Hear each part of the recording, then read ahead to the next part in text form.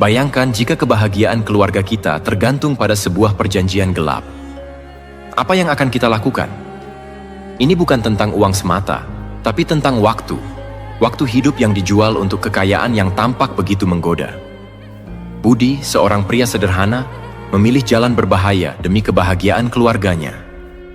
Namun, tak ada yang tahu, di balik semua kemewahan itu, ada harga yang harus dibayar. Dan harga itu adalah umurnya sendiri. Apakah benar harta bisa membeli kebahagiaan? Atau justru menghancurkannya? Simak kisah tragis di balik keputusan yang mengubah segalanya. A'udzu billahi minasyaitonir rajim. Bismillahirrahmanirrahim. Asyhadu an la ilaha illallah wa asyhadu anna Muhammadar Rasulullah. Allahumma shalli wa sallim ala sayyidina Muhammad wa ala ali sayyidina Muhammad. Di sebuah kampung kecil di Jawa, hiduplah seorang pria bernama Budi. Budi adalah seorang kepala keluarga yang sederhana, bekerja sebagai petani di sawah yang tak seberapa luas. Istrinya, Lestari, adalah ibu rumah tangga yang mengurus anak-anak mereka, Bayu dan Nisa. Meskipun hidup mereka tidak berlimpah harta, Budi selalu berusaha untuk memenuhi kebutuhan keluarganya. Namun, keadaan semakin sulit belakangan ini. Harga kebutuhan pokok melonjak, biaya sekolah anak-anak semakin tinggi, dan penghasilan Budi dari sawahnya semakin menurun akibat musim panen yang buruk. Budi merasa tertekan karena tak mampu memberikan kehidupan yang lebih baik untuk keluarganya. Suatu malam, saat Budi sedang termenung memikirkan nasibnya di teras rumahnya yang reyot, datanglah seorang teman lamanya, Joko. Joko dikenal sebagai seseorang yang tiba-tiba menjadi kaya raya, setelah sebelumnya hidup sengsara seperti Budi. Ada desas-desus di kampung bahwa Joko mendapatkan kekayaannya melalui jalan yang tidak lazim. "Ada apa, Bud? Kelihatan pusing amat?" tanya Joko sambil duduk di sebelah Budi. "Ah, hidup makin susah, Joko. Anak-anak butuh sekolah, istri butuh makan, dan aku nggak tahu lagi gimana cara mencukupi semuanya," jawab Budi dengan nada lesu. Joko tersenyum tipis. "Kau ingat aku dulu juga sama kayak kamu, bahkan mungkin lebih parah. Tapi sekarang, lihat aku, hidup enak, duit ngalir terus." Budi mengangguk. Dia tahu benar bagaimana hidup Joko dulu. Namun, dia juga tahu ada sesuatu yang tidak beres dengan kekayaan mendadak Joko. "Aku dengar-dengar, kau dapat kekayaan ini dari pesugihan, ya?" tanya Budi hati-hati. Joko tertawa kecil. Orang kampung ini memang suka ngomongin hal-hal yang enggak mereka pahami. Tapi, ya, aku enggak akan bohong sama kamu, Bud. Memang, aku dapat ini semua dari pesugihan, dan aku nggak menyesal. Mendengar pengakuan itu, Budi terdiam. Ada rasa takut yang menyelinap, namun di sisi lain, dia juga tergoda. "Pesugihan apa yang kamu ambil?" tanya Budi akhirnya. "Pesugihan jual umur," jawab Joko tanpa ragu. "Aku mengorbankan sebagian umurku untuk kekayaan ini. Tapi sejujurnya, apa gunanya umur panjang kalau hidupmu menderita?" Budi terdiam lebih lama kali ini. Ia memikirkan keluarganya, terutama anak-anaknya. "Berapa banyak umur yang harus kau jual?" tanya Budi. Joko menatap Budi dengan mata serius. "Itu tergantung dari permintaanmu, Bud. Semakin banyak kau ingin, semakin pendek umurmu. Tapi percayalah, dengan kekayaan yang kau dapat, keluargamu akan hidup bahagia, dan itulah yang terpenting, bukan?" Budi semakin bimbang. Ia tahu bahwa menjual umur adalah hal yang berbahaya, tapi pikirannya terus dipenuhi oleh bayangan anak-anaknya yang bisa hidup lebih baik. "Bagaimana caranya, Jok? Bagaimana aku bisa melakukannya?" tanyanya dengan suara lirih. Joko tersenyum puas. "Aku bisa memperkenalkanmu kepada orang yang membantuku dulu. Kau hanya perlu menyiapkan dirimu, Bud. Ini bukan keputusan yang mudah, tapi kalau kau yakin, semuanya akan berubah." Beberapa hari kemudian, Budi mengikuti Joko ke sebuah tempat yang jauh dari kampung mereka. Di tengah hutan, ada sebuah rumah tua yang tampak sepi dan menyeramkan. Joko mengetuk pintu dengan pola tertentu, dan seorang pria tua dengan wajah keriput membukakan pintu. Pria itu hanya dikenal sebagai Mbah Surya, seorang dukun yang dikenal bisa menghubungkan manusia dengan makhluk gaib untuk melakukan perjanjian pesugihan. "Ini Budi, Mbah.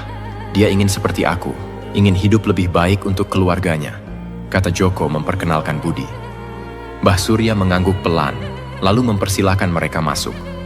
Suasana di dalam rumah itu begitu dingin dan pengap, seakan-akan waktu berhenti di tempat itu.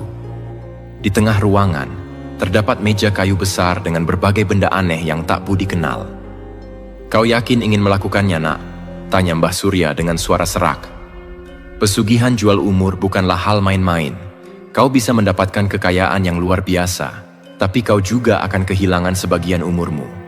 Apakah keluargamu akan benar-benar bahagia kalau kau tidak bisa mendampingi mereka di masa tua nanti?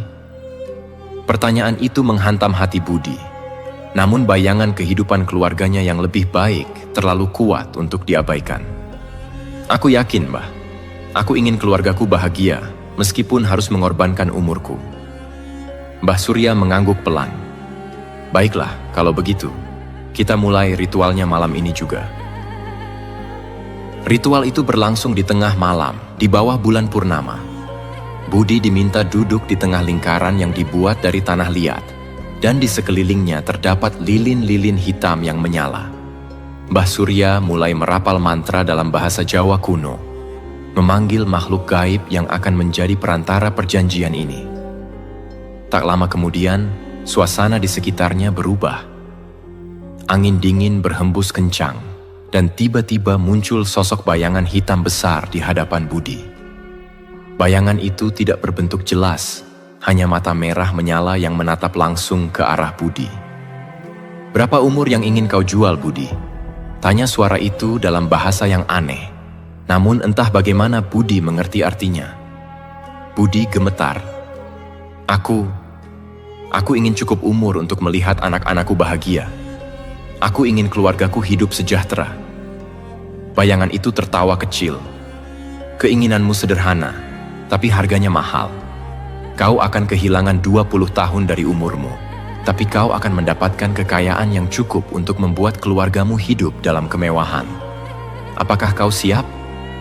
Budi menelan ludah, jantungnya berdegup kencang. Ia tahu ini adalah keputusan besar, tapi ia sudah melangkah terlalu jauh untuk mundur. Aku siap. Seketika, bayangan hitam itu mendekat, dan Budi merasakan sesuatu yang dingin dan menakutkan menyentuh tubuhnya. Rasa sakit menjalar di seluruh tubuhnya, seakan-akan ada sesuatu yang diambil paksa dari dalam dirinya. Namun, dalam sekejap, semuanya berakhir. Bayangan itu menghilang, dan Budi terjatuh lemas di tanah. Kau telah menjual umurmu, Budi, kata Mbah Surya dengan suara dingin. Mulai sekarang, hidupmu akan berubah. Tapi ingat, kau telah mengikat perjanjian ini. Tidak ada jalan untuk kembali. Sejak hari itu, hidup Budi benar-benar berubah.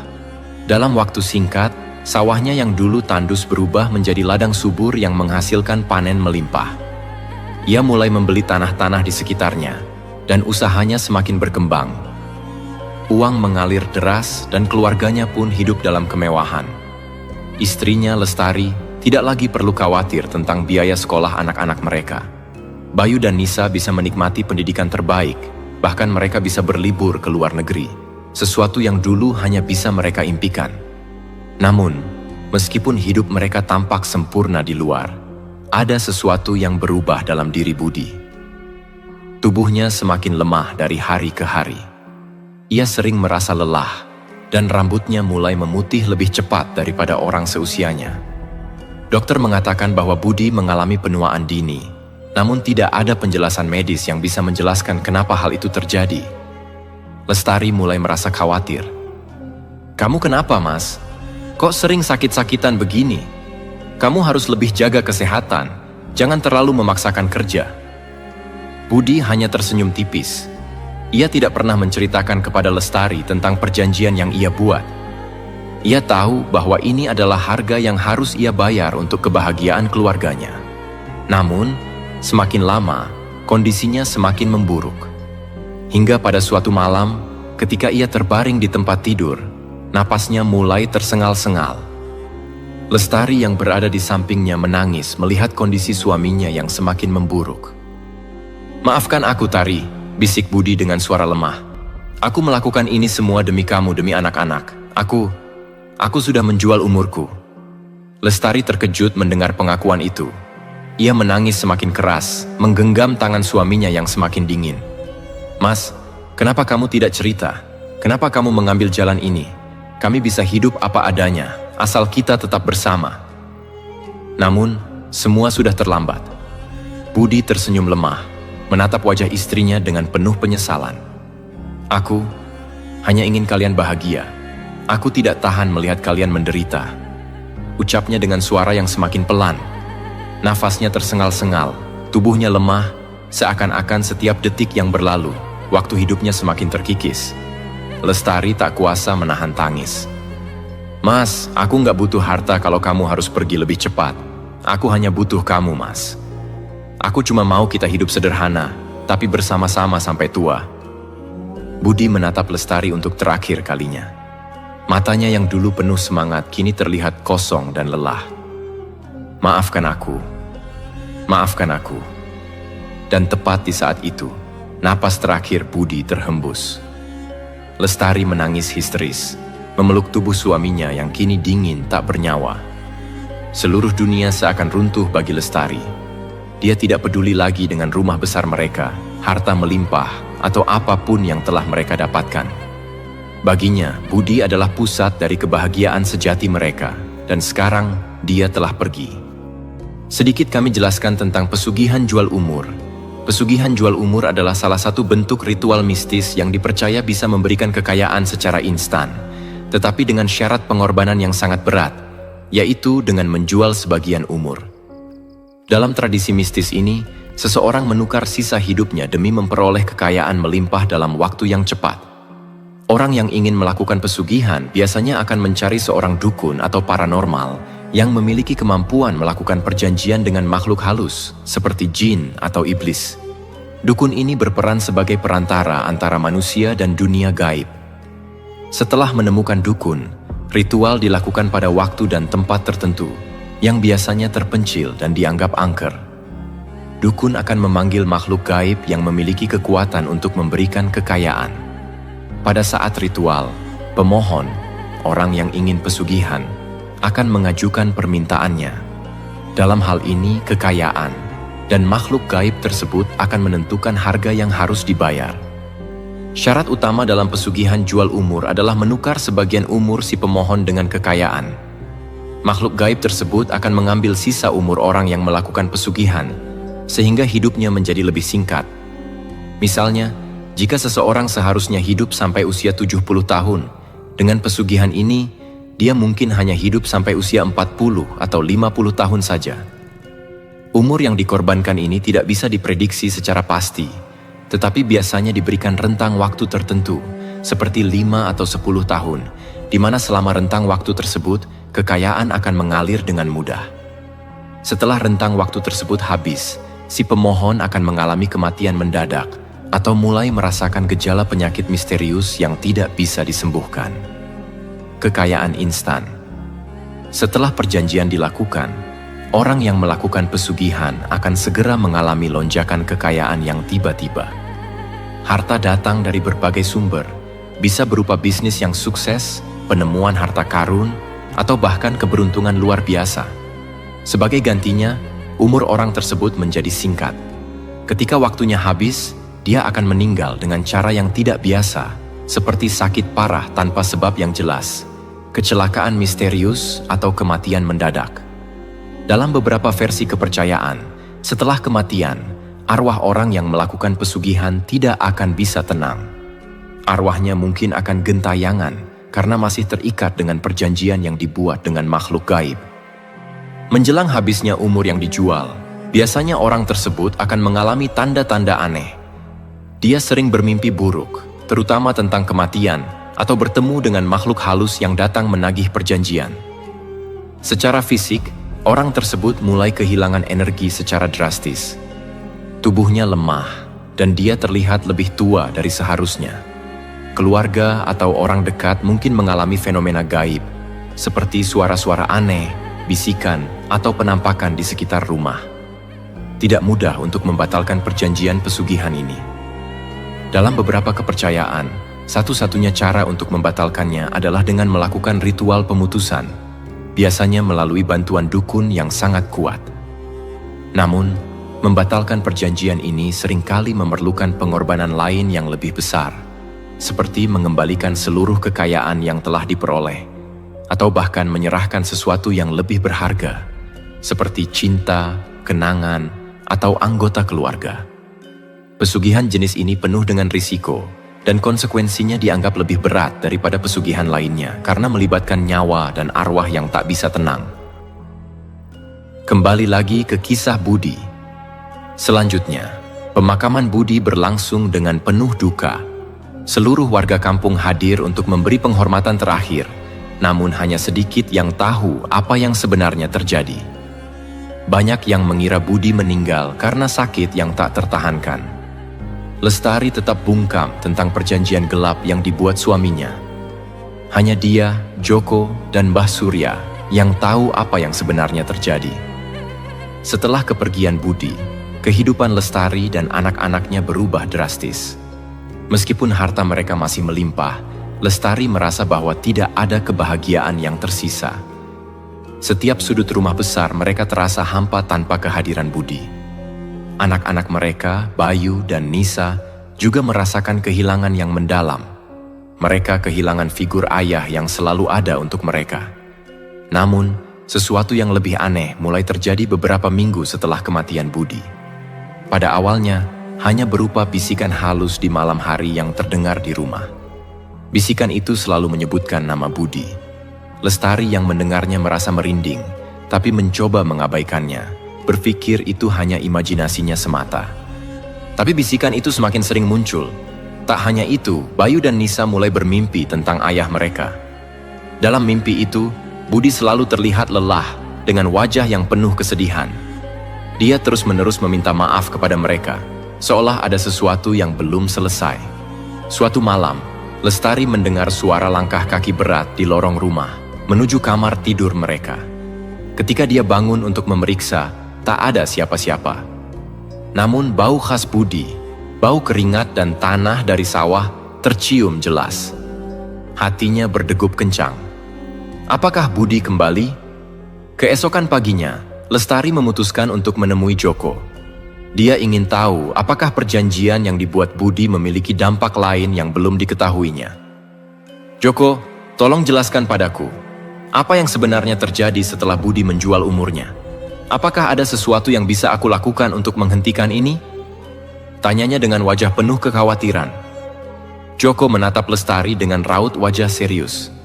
Aku sudah bilang sejak awal, pesugihan jual umur itu tidak main-main, Lestari. Begitu dia mengambil perjanjian itu, arwahnya tidak akan tenang. Dia masih terikat dengan dunia ini, terutama dengan kalian. Kekayaan yang dia dapatkan tidak datang secara cuma-cuma.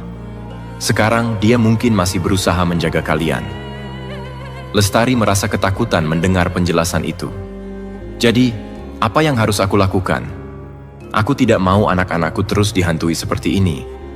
Aku juga tidak tahan mendengar bisikan-bisikan aneh setiap malam. Joko terdiam sejenak, lalu menarik napas panjang. Satu-satunya cara adalah memutuskan ikatan pesugihan itu. Tapi, untuk melakukannya, kau harus menemui Mbah Surya lagi. Hanya dia yang bisa membantu. Lestari, meskipun ragu, akhirnya setuju untuk menemui Mbah Surya. Dia tidak peduli lagi dengan kekayaan yang mereka miliki. Jika harus kehilangan semuanya demi ketenangan arwah suaminya, dia siap melakukannya.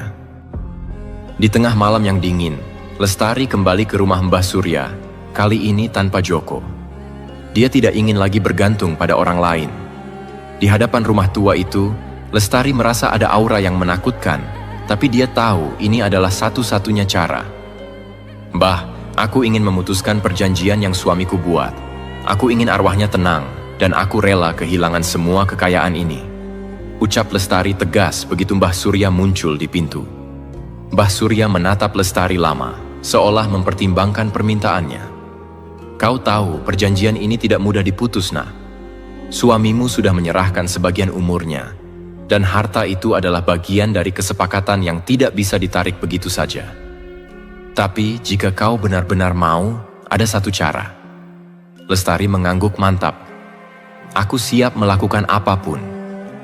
Mbah Surya mengajak Lestari masuk ke rumahnya. Di dalam, suasananya sama seperti dulu, penuh dengan benda-benda aneh yang membuat bulu kuduk Lestari merinding.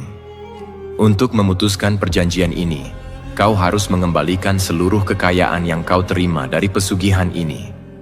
Tidak hanya itu, kau juga harus menyerahkan sesuatu yang sangat berharga bagi suamimu. Lestari tertegun. Sesuatu yang berharga? Apa itu? Cintamu, jawab Mbah Surya singkat. Cinta yang dia miliki untukmu dan anak-anak. Hanya dengan melepaskan cinta itu, arwahnya bisa bebas dan pergi dengan tenang. Kau harus siap kehilangan semua kenangan tentang dia, semua perasaan cinta yang pernah ada. Lestari tersentak. Kehilangan kekayaan bukanlah hal yang sulit baginya, tapi kehilangan cinta budi. Semua kenangan manis, semua pengorbanan yang mereka lakukan bersama, itu adalah bagian dari dirinya yang paling dalam. Tapi jika itu harga yang harus dibayar demi ketenangan suaminya, Lestari tahu apa yang harus dia lakukan. Aku akan melakukannya, jawab Lestari dengan suara bergetar. Demi budi dan demi anak-anakku. Mbah Surya mulai menyiapkan ritualnya. Malam itu, di tengah lingkaran lilin hitam, Lestari berdiri dengan hati yang berat. Mbah Surya kembali merapal mantra, memanggil sosok bayangan yang pernah datang kepada Budi. Kali ini, bayangan itu tampak lebih besar dan menakutkan. Apakah kau siap menyerahkan cinta yang telah mengikat kalian? Tanya bayangan itu dengan suara yang dalam dan menggelegar. Lestari menatap bayangan itu dengan tegas. Ya, aku siap. Bayangan itu mengangkat tangannya, dan tiba-tiba Lestari merasakan sesuatu yang aneh. Semua kenangan tentang Budi, tentang cinta mereka, tentang hari-hari indah yang mereka lewati bersama, perlahan memudar dari ingatannya. Air matanya mengalir deras, bukan karena kesedihan, tapi karena rasa hampa yang tiba-tiba mengisi hatinya. Dia merasa kosong. Ketika ritual itu selesai, bayangan itu menghilang, dan Mbah Surya menatap Lestari dengan mata penuh simpati. Kini arwah suamimu telah bebas. Kau telah melakukan pengorbanan yang besar. Lestari mengangguk, namun hatinya terasa ringan. Meski dia tidak lagi merasakan cinta yang sama kepada Budi, dia tahu bahwa dia telah melakukan hal yang benar. Setelah perjanjian itu diputuskan, kekayaan Budi perlahan memudar. Tanah-tanah yang dulu subur kini kembali tandus, rumah mereka yang besar dijual, dan keluarga Lestari kembali hidup sederhana seperti dulu. Namun Lestari merasa damai. Tidak ada lagi bisikan-bisikan aneh di malam hari. Tidak ada mimpi buruk yang menghantui anak-anaknya. Meskipun hidup mereka kembali sulit, kali ini Lestari merasa lebih kuat. Dia tidak lagi memikirkan tentang harta atau kemewahan. Yang terpenting baginya adalah ketenangan. Dan meskipun cinta yang dulu pernah ada telah hilang, dia tahu bahwa itu adalah pengorbanan yang pantas demi kebahagiaan dan kedamaian keluarganya. Dan akhirnya, di sudut hatinya yang paling dalam, Lestari yakin bahwa dimanapun Budi berada, dia juga merasakan kedamaian yang sama. Dari kisah Budi dan keluarganya, kita belajar bahwa kebahagiaan yang dibangun di atas pengorbanan ekstrem seringkali datang dengan harga yang sangat mahal. Ketika Budi menjual umurnya demi harta, ia tidak hanya mempertaruhkan hidupnya, tapi juga kedamaian dan kebahagiaan keluarganya. Dalam kehidupan, ada hal-hal yang tidak bisa dibeli dengan uang, seperti waktu, cinta, dan ketenangan batin. Pesan yang bisa kita ambil adalah, jangan pernah mengorbankan prinsip dan kebahagiaan sejati demi kemewahan sementara. Pilihlah jalan yang membawa kedamaian dan kesejahteraan, tanpa harus mengorbankan apa yang paling berharga dalam hidup kita. Sebab, pada akhirnya, kebahagiaan sejati tidak terletak pada harta, tetapi pada kedamaian dan cinta yang tulus. Semoga kita semua bisa belajar dari kisah ini, bahwa kebahagiaan sejati hanya bisa diraih dengan jalan yang benar dan dengan bersyukur atas apa yang kita miliki, tanpa tergoda untuk mengambil jalan pintas yang berbahaya. Tidak ada jalan pintas menuju kesuksesan yang sejati. Usaha dan kerja keras yang jujur adalah satu-satunya cara untuk mencapai kebahagiaan yang abadi. Jangan pernah tergoda untuk mengambil jalan pintas yang bisa merugikan diri sendiri dan orang-orang tercinta. Saudaraku yang dirahmati Allah, pernahkah kita merasa resah tanpa sebab? Merasa gelisah meskipun hidup terlihat baik-baik saja? Merasa ada yang kurang, walaupun kita memiliki segala yang kita inginkan? Banyak orang mencari kebahagiaan di luar sana. Ada yang mengejarnya dengan harta, jabatan, atau popularitas. Tetapi mengapa masih banyak orang kaya yang hatinya kosong? Mengapa masih banyak yang merasa sepi meski dikelilingi banyak teman? Sebelum kita lanjut, jangan lupa tekan tombol subscribe dan nyalakan lonceng notifikasinya. Dukung dakwah ini agar lebih banyak saudara kita yang mendapat manfaat. Jazakumullah khairan. Jawabannya sangat jelas. Karena hati manusia hanya akan tenang jika dekat dengan Allah. Allah telah berfirman dalam Al-Quran, "Ingatlah, hanya dengan mengingat Allah hati menjadi tenang." Quran Surat Ar-Ra'd ayat 28. Zikir mengingat Allah bukan hanya sebuah ibadah, tetapi juga kebutuhan hati kita. Seperti tubuh yang butuh makanan, hati kita butuh zikir agar tetap hidup dan bersinar. Hari ini kita akan membahas 5 alasan mengapa kita harus selalu mengingat Allah, bagaimana zikir bisa menjadi cahaya dalam hidup kita, dan bagaimana kita bisa menerapkannya dalam kehidupan sehari-hari. Mari kita renungkan bersama. 1. Mengingat Allah adalah fitrah manusia. Sejak manusia diciptakan, Allah telah menanamkan dalam hati kita fitrah untuk mencari kebenaran. Itulah sebabnya, meskipun seseorang jauh dari agama, di dalam hatinya tetap ada kegelisahan, ada pertanyaan yang terus muncul. Apa tujuan hidup ini? Kemana aku akan pergi setelah mati? Apakah aku sudah menjalani hidup dengan benar? Banyak orang yang tidak menyadari bahwa hati mereka butuh Allah Subhanahu wa Ta'ala. Mereka mengira kebahagiaan bisa ditemukan dalam harta, jabatan, atau hubungan sosial. Tetapi kenyataannya, semakin jauh seseorang dari Allah, semakin kosong hatinya. Allah SWT berfirman, "Dan janganlah kamu seperti orang-orang yang lupa kepada Allah, sehingga Allah menjadikan mereka lupa kepada diri mereka sendiri." Quran Surat Al-Hasyr ayat 19.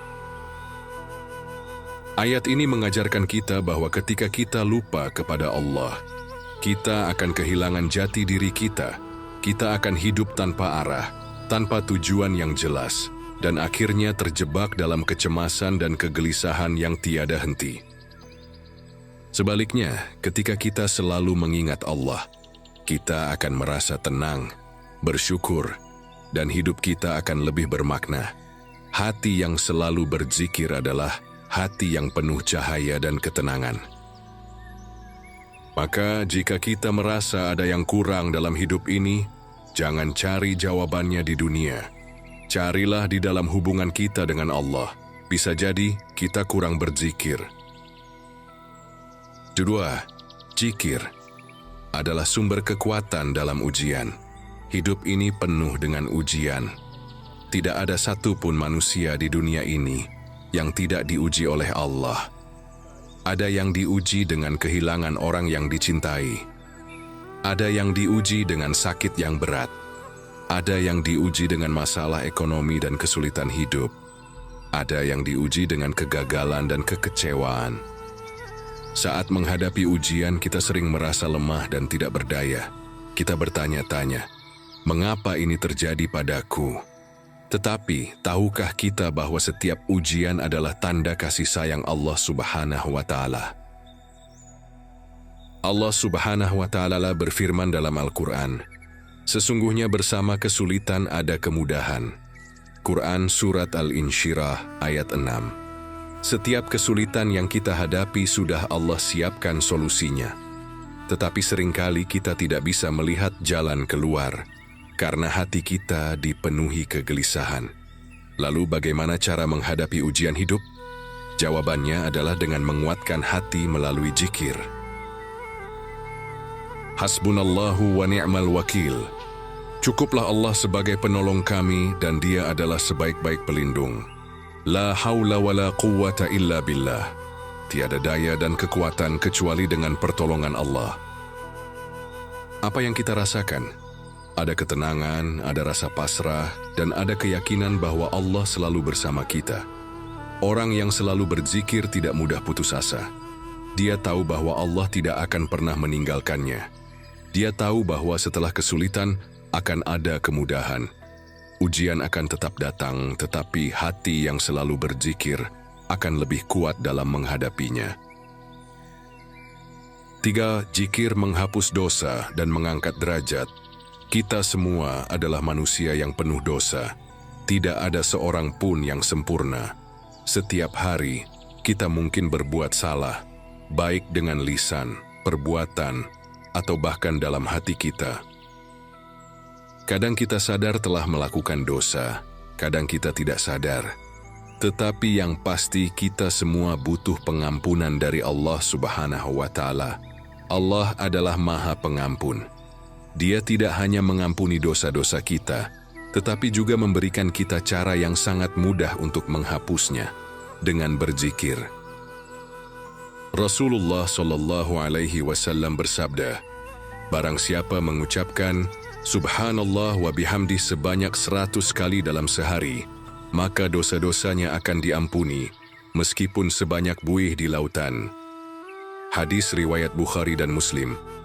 Coba renungkan, betapa banyak dosa yang kita lakukan setiap hari. Tetapi Allah memberi kita cara yang begitu mudah untuk menghapusnya. Bayangkan, hanya dengan meluangkan beberapa menit untuk membaca zikir, dosa-dosa kita yang begitu banyak bisa dihapus. Bukankah ini adalah kasih sayang Allah yang luar biasa? Dan bukan hanya itu, zikir tidak hanya menghapus dosa, tetapi juga mengangkat derajat kita di sisi Allah. Rasulullah Shallallahu Alaihi Wasallam bersabda, tidak ada amalan yang lebih menyelamatkan seseorang dari azab Allah selain zikir kepadanya. Hadis riwayat Ahmad.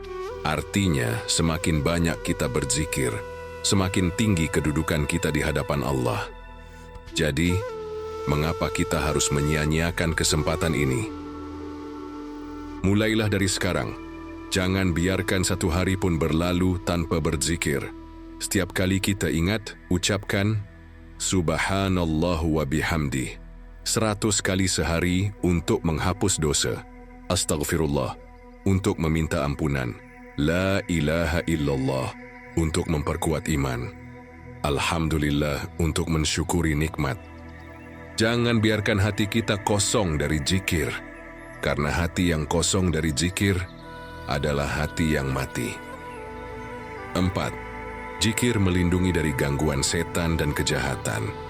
Saudaraku, setan tidak pernah berhenti berusaha menyesatkan manusia. Sejak zaman Nabi Adam hingga hari ini, mereka terus berusaha menjauhkan manusia dari Allah. Mereka membisikkan keraguan, menanamkan rasa takut yang berlebihan, dan membuat kita lalai dari mengingat Allah. Mereka ingin kita sibuk dengan dunia, lupa dengan akhirat, dan akhirnya jatuh dalam perangkap dosa. Allah sudah memperingatkan kita dalam Al-Quran.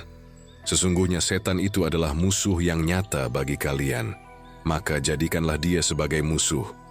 Quran Surat Fatir ayat 6. Setan tidak bisa kita lihat, tetapi mereka selalu ada di sekitar kita. Mereka menggoda kita agar malas beribadah, menunda salat, marah tanpa sebab, dan berpikir negatif. Tetapi ada satu cara sederhana untuk menangkalnya, zikir.